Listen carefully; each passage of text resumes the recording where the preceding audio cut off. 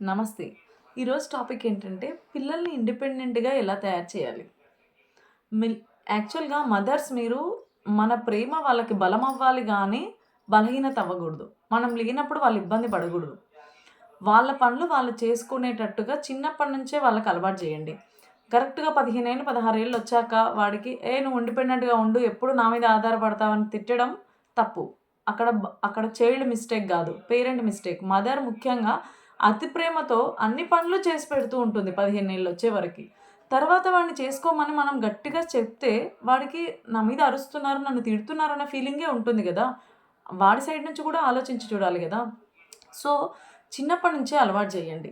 తన 2 ఇయర్స్ బాబుకి ఒక పూట ఫ్రూట్స్ కట్ చేసి ముందు పెట్టండి. తింటూ ఉంటే ఈ హ్యాండ్స్‌లో ఉన్న మోటార్ సెల్స్ అనేవి డెవలప్ అవుతూ ఫిజికల్‌గా గూడా తనకి గ్రోత్ స్టార్ట్ అవుతుంది.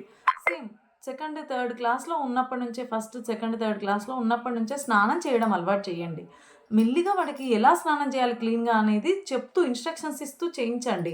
ఫోర్త్, ఫిఫ్త్ క్లాస్ నుంచి మీ అవసరం లేకుండా తను చేసుకుంటాడు. అండ్ బుక్స్ సర్ది పెడుతూ ఉంటారు ఫోర్త్, ఫిఫ్త్ క్లాస్‌కొచ్చినా గూడా.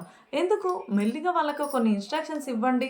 ఎలా సర్దుకోవాలి, ఎలా ఉంచుకోవాలి, బుక్స్ స్టేర్ చేసుకోకూడదు. ఇలాంటివన్నీ చెప్తూ ఇన్‌స్ట్రక్షన్స్ ఇస్తూ హ్యాబిట్యుయేట్ చేస్తే వాడు బుక్స్ వాడే సర్దుకుంటాడు. మీరు లేకుండా గూడా తను ఉండగలిగే అంత ఇండిపెండెంట్‌గా తన పనులు తను చేసుకోగలిగే అంత ఇండిపెండెంట్‌గా ఉండాలి. 2, 3 డేస్ ఎక్కడికైనా ఎమర్జెన్సీ వచ్చి పేరెంట్ లేకపోతే మన చైల్డ్ ఇబ్బంది పడకూడదు కాబట్టి ప్లీజ్ హ్యాబిట్యుయేట్ దెమ్.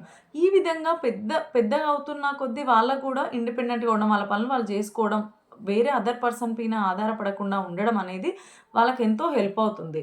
ఈ వీడియో మీకు నచ్చినట్టయితే లైక్ చేయండి, షేర్ చేయండి అండ్ థాంక్ యూ.